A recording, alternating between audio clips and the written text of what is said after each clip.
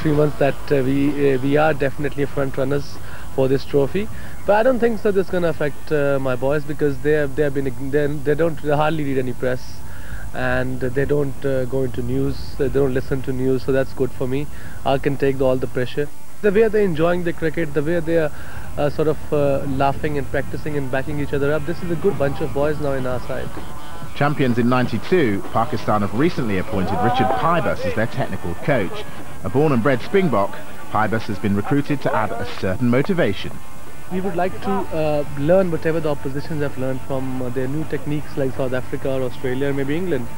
And that's why we hired Richard to show us some fielding drills and stuff like that.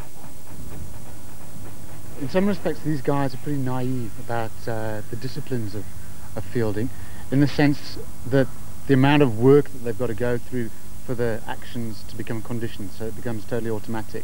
And some of the stuff which we're doing is actually pretty simplistic, but you know, you get it right, you do the little things well, and the big things fall into place. Outside, not in the middle. Okay, pick up outside. Stay but down. for a man who's used to the South African way of life, how easy has it been working with a Pakistani team? But the reception's been really good. I mean, you know, there's no big egos. There's no prima donnas. They all get on with it. The senior players look after the younger players, and there's a great deal of respect for the senior players. So generally pretty good. And Pybus's new attitude and enthusiasm is clearly having a positive effect on the guys. They're keen as mustard.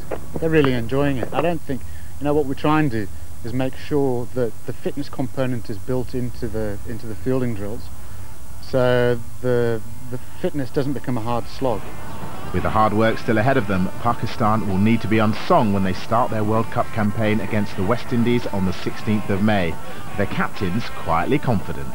I want to convey a message to the world that Pakistan team, we're not saying that we're going to win the World Cup already. One thing we know that we got a good chance of winning it, and I'll make sure that whole team will give 100% every game we play.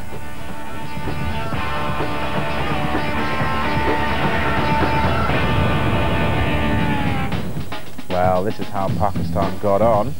Today, 272 for 8 of their 50 overs. Ijaz Ahmed 74, Salim Malik 44.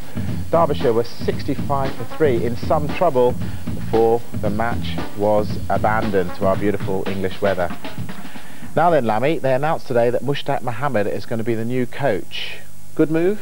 Well, he's done it before, and I think to bring a little bit of stability back, they all know him, so it's probably a move, you know, to make sure things are settled. I mean, that's a good point, because AB, they've done pretty well of late, winning in Sharjah and so on, but they're pretty unsettled, aren't they? Javed Miander, the players being called back for match-fixing allegations in front of the court, so they can't be the most settled of sides. They can be very volatile, and we know what they're like.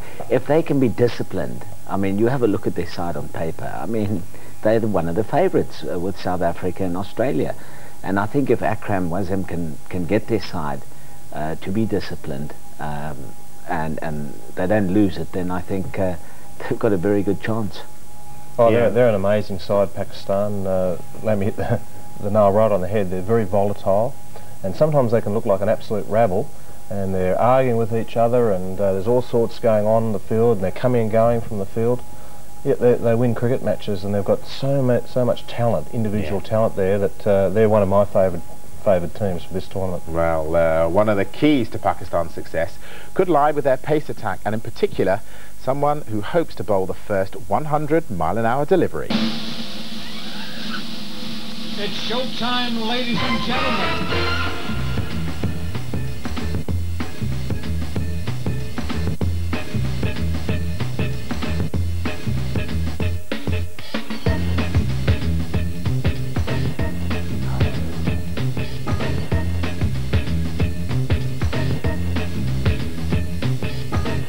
When I run fast, then I bowl fast. That's my theory. That's my theory of my body, that's all.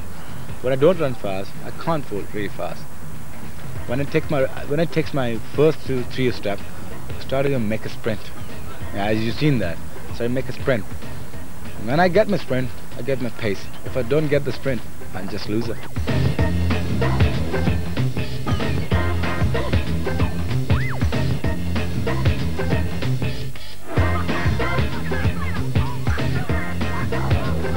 love to look forward to play some counties. I had some offers. I do have some offers, and I'm looking forward to play the good counties.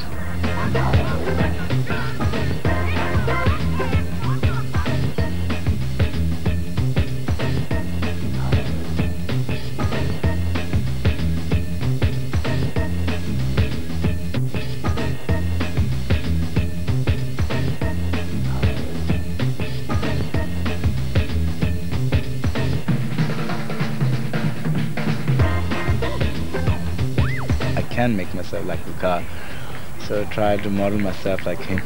And when I seen them, these two guys, I started to cry, and I did wish, oh God, can I play with them and can I see them? First of all, it seems to be impossible for me because, oh God, can I see them? Can I shake the hand with them? Can I shake the hand with them? Now the dreams become true. I'm playing with them, I'm chatting with them, and it makes me so feel good.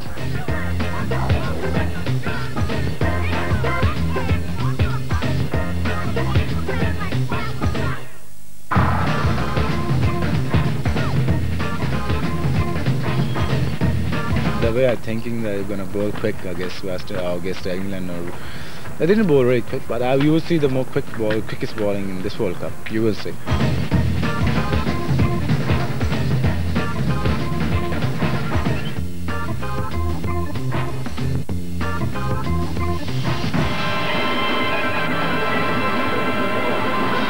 I think we're safe in the studio now, where Jeff Thompson has been timed as the fastest bowler in the world. Well, you two have played against him and with him. Yes. Has this chap got the capability of being quicker? Well, he's confident. I like his approach to life. He believes in himself, and he says he's going to do it.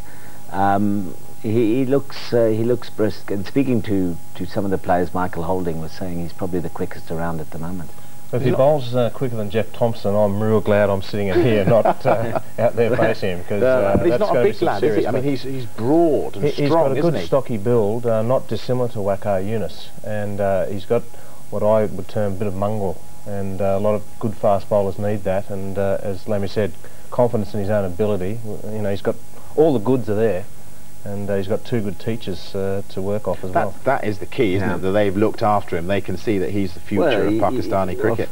And he's sort of modelled himself on Waqar, and you know, he said if he can be better than Waqar, well, he's going to be a fine bowler then. Sure. But okay. the big thing is that you know, you can, in one-day cricket, you don't want to be bowling at 100 miles an hour. You've got to be putting in the right place. And as AB and I were discussing, if he doesn't get it right, it could be problems for Pakistan. Sure, okay. Well, there were two other warm-up fixtures today, if you can call them warm-ups, in this weather.